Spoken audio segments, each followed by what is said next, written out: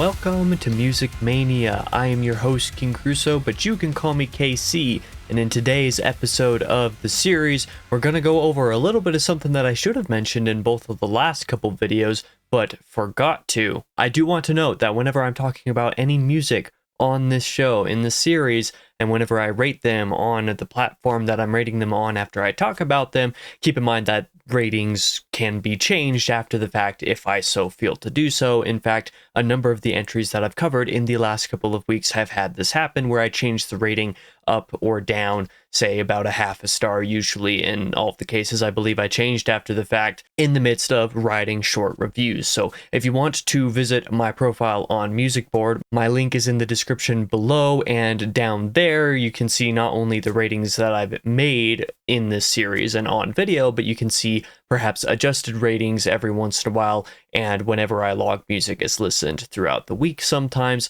and moreover, the actual reviews that I write under every album, because I just kind of talk about them briefly here versus talking about them slightly more in depth in those reviews. Like I said, they're not too crazy of reviews, but without further ado, let's go ahead and jump into part one of the series just like normal, the albums that I listened to, starting off with a release that came out last week, but which I did not cover because the album was not on Spotify and thus not on Musicboard.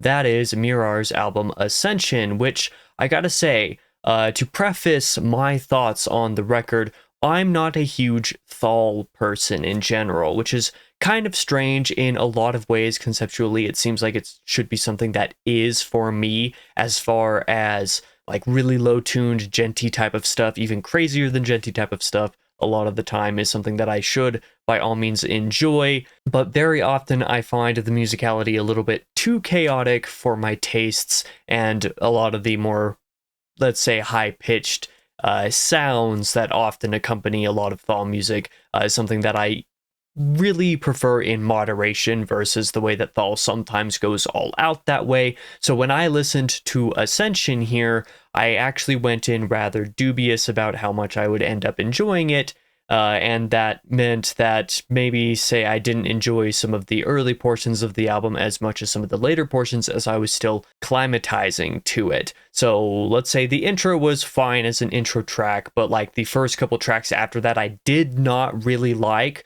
But then you have a train of like 6 songs, or sorry, how many songs is that? 4 or 5 songs here that I actually weirdly really enjoyed, and then basically the rest of the album was pretty decent, although Pierre was a really good track as well, kind of on the level of like Charnier and Presage.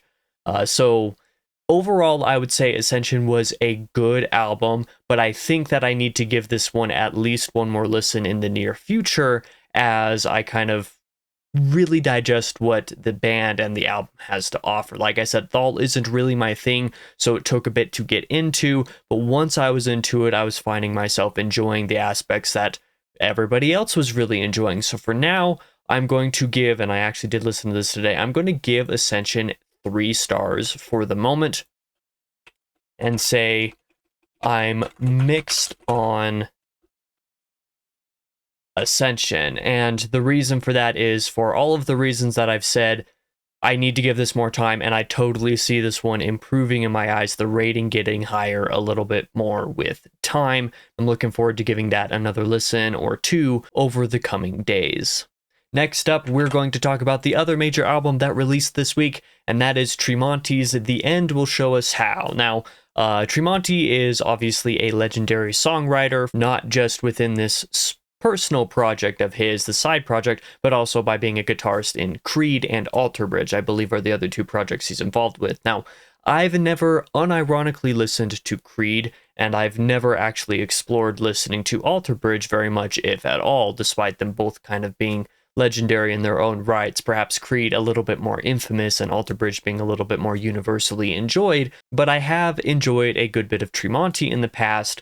But I do think they probably peaked with The Dying Machine back in, was that 2018 when the original version of that album dropped? I don't even remember if I listened to their 2021 album, and I would say The End Will Show Us How was just kind of okay. There were a few songs that were good, There were a few songs that were decent but went on a little bit too long, and then a lot of songs that I just really don't remember. I would say The End Will Show Us How is unfortunately more of a forgettable record as far as Tremonti goes than anything else. I'm going to give this probably 2. Do I want to give this 2 or 2.5 stars? I'll say 2.5 stars because I think it's fine, but like I don't really recommend it either. The End Will Show Us How. I would say if you're going to listen to Tremonti, for example, you should listen to The Dying Machine. I think that album is still pretty good, even though I've kind of not been huge on listening to the type of just mostly clean vocal heavy metal that Tremonti generally tends to focus on. So that is my rating for that album. Next up, we are not going to talk about any EP releases this week, but because there were no notable EP releases that I know of, so we're going to skip this section just as we did last week and move instead into the singles. But we're going to start off with something a little bit different. As some of you may know that I don't just listen to metal. I listen to some other things occasionally, but one of those other things that I sometimes listen to is contemporary Christian music, and John Waller is probably my favorite contemporary Christian music artist. I would say the new single that he released, I think that's his daughter, one of his daughters, Bailey Waller, who features on this. I think the new single's fine, but it's not anything super memorable for me as far as John Waller's songs go. I really like him as a songwriter, generally speaking, but he also, pretty much all of the last 5 years, a lot of his songs that he's released have just been okay, if that, for me. Next up, we're going to talk about the new single by Sales End, something very different. Debellecore is a genre that I really like. It's more of a colloquial term. Those of us who know Danny DeBella, who's been involved in, to some degree, with various different types of metalcore projects like Before I Turn, Glass Crown, Sales, and artists of this type of sonic landscape that have kind of a distinctive signature sound to them. New Low was a good single. I enjoy it for what it is, but I think I enjoy Sales End specifically as an artist more in their full catalog releases like EPs and stuff like that, more so than just in individual songs. So I don't particularly rate New Low super high, but it's enjoyable for what it is, just as most things that Danny is or has ever been involved with tend to be. Next up, we're switching over to Silverstein for something that I think is a pretty good single. I don't think this single is as good as their most recent one prior to this, which we'll talk about at some point soon, but Don't Let Me Get Too Low, rather, is a perfectly decent song, and I think has made me pretty excited for listening to the full album when that releases sometime here in February, I believe, is when the full record releases. But because there's only 8 songs on the upcoming album, the fact that this is the 3rd single means that if they release any more singles in between now and the album release, I'm probably not going to end up listening to them. In fact, there's actually a release that I should talk about here. Let me pull that up real quick. A pretty notable release that did come out in the metalcore scene was Memphis May Fire releasing another single called Overdose, but this is the 7th single or something off of what is going to be a 10-track album or something like that in March, I think. And I stopped listening to the singles that these guys have been releasing 3 singles ago. If you don't know anything about me, I don't particularly love when artists release up to and especially more than half of the tracks in an album as singles.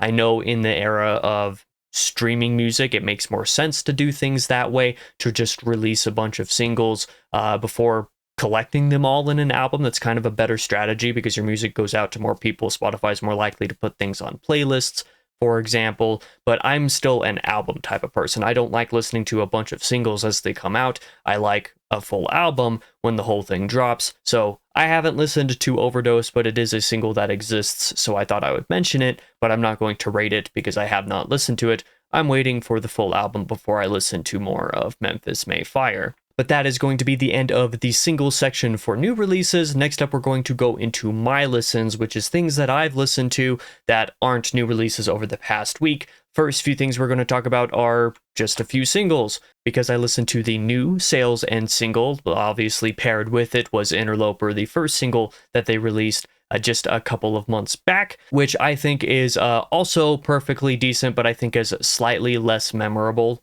than the new single, so I'm going to rate it pretty okay for what it is, but nothing too crazy or exceptional in my eyes for now. I'm hoping that they come out with a full EP or album soon, because that's what I prefer from this group. Coming back around to Silverstein now, we have what was definitely one of my favorite songs of 2024 in Confession, which has like one of my favorite choruses released, not just in the year, but like this whole decade so far. This kind of harkens back to the thing that I really like about Silverstein. Like I enjoy the band, but I've never like really attached myself to them too strongly. This song was the one time where I felt like this band is writing the exact song that I want them to type of moment. I love Confession. The only question is whether it's a 4-star or 5-star single, and I have no idea. I would say it's probably 5-star, quite frankly. That chorus is just so good. Which means that the other single that came out prior to Confession is also going to make an appearance here. That is going to be Skin and Bones, which is the heaviest of the 3 singles so far. If you don't know anything about this band, well, they kind of tend to flow between and mix up various different sounds, ranging from your typical metalcore type of thing. Maybe not typical, but like a sort of metalcore influenced type of punky style with a more general pop punk type of style, and kind of flow in between these type of genres. Skin and Bones has a little bit more of that metalcore side of the influence for the band, which occasionally I really appreciate when these guys do that. So I enjoyed Skin and Bones quite a bit. I'm going to probably call this... Is this going to be 3.5 or 4 like the last thing? I'm going to say this one's a 4. I like this one. I didn't like it at first, actually, when it first released, but over listening to it more often, I've enjoyed it more, and I think listening to the new single, I'm going to end up bringing that one up to 4 stars eventually here as well. Maybe in the coming days. We will see. But that is my rating for this one. Now we're going to come up to a few albums that I already talked about last week, but for which I re-listened to for other purposes. I re-listened to Lore by the Narrator in order to actually put standout tracks in here when I wrote a very mini review for it. I thought that I would end up rating it a little bit higher. I think I kept it the same rating in the end. With or Without, I also wrote a little mini review for, but came back to and listened again because it's one of my favorites of last year, and, well, that's really all I need to say about that. I listened to Midwinter's Is There Anything You Want to Say again, because I felt like I needed to give this one a little bit more attention the second time around. I rated this 4 stars when I first listened to it, but then I listened to it again to actually determine my standout tracks and to write the review, and I enjoyed it even more the second time, generally speaking. I think there was one song I liked less, but the rest of them I all liked more. Enjoyed this record, and, well, it's not even really an album. I think this one's actually technically an EP. I think the band advertises it as an EP, even though Spotify and Musicboard both say album.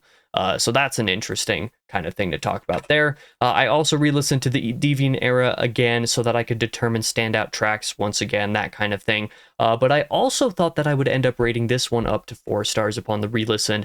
Not quite, but I think by the end of the year, this one will probably have inched its way up to 4 stars. I think this one's going to be my sleeper hit for the year. But that is all that I have to talk about for Music Mania this week. So we'll go ahead and come back to this screen like normal. I'm going to thank you for watching. If there's any notable releases, especially within the metalcore and deathcore side of things, let me know. What do you think of my rating on Mirar? I know that I'm probably underrating it compared to what a lot of people think it is, but like I said, I do think I need to come back to that one a couple more times before I really know how I feel about it. But thank you once again for watching. For now, I've been your host, King Crusoe, but you can call me KC, and I hope to see you guys next week, the next episode of Music Mania.